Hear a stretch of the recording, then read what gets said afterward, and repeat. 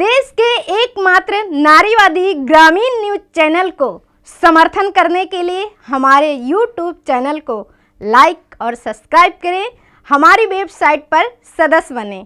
खबर लहरिया, आपकी खबर आपकी भाषा।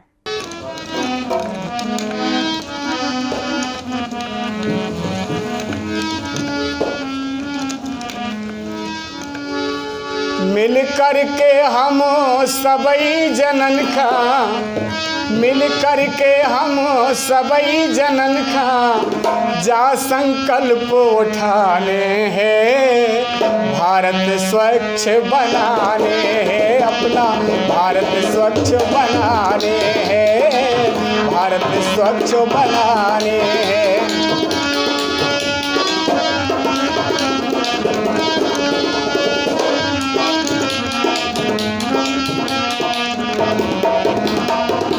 भारत स्वच्छ बनाने हैं, अपना भारत स्वच्छ बनाने हैं। तरह से कोरोना महामारी लॉकडाउन के चलते पर्यावरण में सुधार हुआ है और इस बीमारी से बचने के लिए लोग कई तरह के हथकंडे अपना रहे हैं। तो वहीं पर बहुत सारे गायक हैं जो अपनी गायकी कला से कोरोना महामारी बचाव की जागरूकता फैलाने की कोशिश कर रहे हैं। इसके साथ पर्यावरण में किस तरह का सुधार हुआ है उस पर भी उन्होंने अपने विचार दिए हैं। इस समय कोरोना महामारी के चलते लॉकडाउन चल रहा है, पर्यावरण में किस तरह का सुधार हुआ है?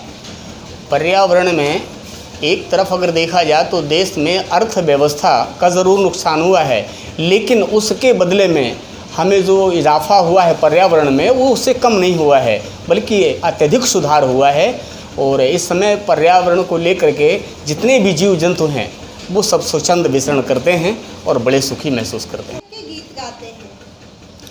मैं लगभग सभी प्रकार के गीत गाता हूँ, सामाजिक गीत भी गाता हूँ, धार्मिक गीत भी गाता हूँ और पर्यावरण को लेकर के भी गाता हूँ। जन जागरण में जो ऋण वगैरह सरकार देती है तो गरीबों के उत्थान के लिए भी मतलब किसी भी मैटर पर मतलब आल मैटरों पर मैं गीत गाता हूँ और गीत के माध्यम से जन जागरण करने का प्रयास करता हूँ। आपने कोरोना पर गीत गाया, इससे क्या जनमानस को संदेश देना चाहते हैं? इससे जनमानस को ये संदेश देना चाहते हैं कि जो हमारे माननीय मोदी जी ने सबको कहा है कि भाई दूरी बना करके रखिए, घरों में रहिए और जब आपका अर्जेंट वर्क हो तभी घर से बाहर निकलिए, इसके पहले आप घर से बिल्कुल बाहर ना निकलें। और यदि आपने लॉकडाउन का पूरा पालन किया तो भारत जीतेगा, कोरोना हारेगा। यही संदेश मोदी जी का घर घर तक पहुंचाना चाहते हैं। अर्थव्यवस्था और पर्यावरण का किस तरह से जी आप देख पा रहे हैं? अगर देखा जाए तो अर्थव्यवस्था और पर्यावरण का इस समय 36 का आंकड़ा चल रहा है और जहां लॉकडाउन के चलते देश को भारी नुकसान उठाना पड़ रहा है, लेकिन पर्यावरण हमारा इतना साफ़ सुथरा हो गया है कि जहां कि दिल्ली में दिन रात धुंध छाई रहती थी और कारखानों के धुएं आसमान में लोग छाए रहते थे, सूर्य भगवान के दर्शन नहीं होते थे। अब तो ये कहा जा रहा है कि चंडीगढ़ से हिमालय दिखाई दे रहा है और धुआं रहित हमारा वातावरण हो गया है, धूल रहित हो गया है।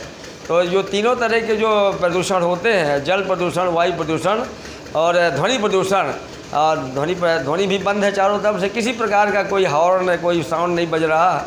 तो इस प्रकार हमारे देश में का पर्यावरण बहुत ही साफ़ सुथरा हो गया है। जो एक तरफ तो कोरोना बीमारी लोगों को परेशान की है देश को, लेकिन पर्यावरण प्रदूषण होने से जो बीमारियां होती थी उन बीमारियों से देश को निजात मिल गया है और बहुत ही अच्छा स्वच्छ वातावरण है, स्वच्छ ऑक्सीजन मिल रही है लोगों को और खेतों में लोग के अपना काम कर रहे हैं और सब जगह लॉकडाउन का पालन करते हुए सामाजिक दूरी बना करके चलते हुए लोग अपने कामकाज भी कर लेते हैं और माननीय प्रधानमंत्री जी मोदी जी के दिशा निर्देश का पालन कर रहे हैं।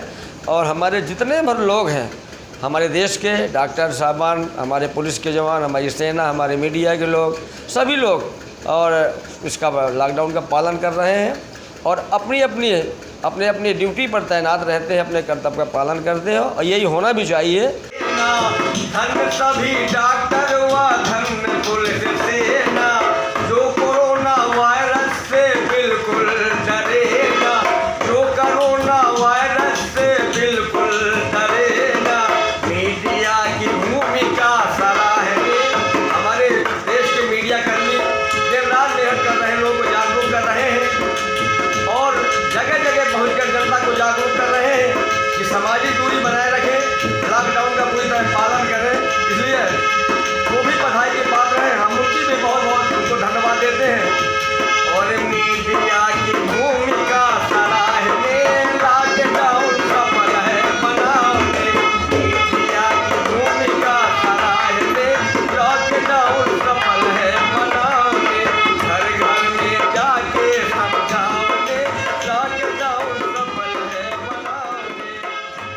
जी कैसे आइडिया आया? जी, तो मेरे माइंड में ये बात अक्सर जो भी जैसा समय होता है और मैं देखता हूँ कि हमारे देश में कि क्या समस्याएं चल रही हैं, तो उस स्थिति को देखते हुए, उस कंडीशन को देखते हुए और हमारा में माइंड काम करने लगता है। और मैं घर पर ही और यहाँ तक कि लेटे लेटे भी जागते तो मैं गीत लिखता ही हूँ, लेकिन गीतों की लाइनें मेरे दिमाग में आने लगती हैं, फिर उसकी धुन तैयार करता हूँ, गीत लिखना शुरू कर देता हूँ। सबको लॉकडाउन के नियमों का पालन करना चाहिए और जिस भी स्थिति में है हमको अपने ज़रूरी काम से ही बाहर निकलना चाहिए और अन्यथा बिना ज़रूरी हमको सड़कों पर या कहीं भी घूमना नहीं चाहिए।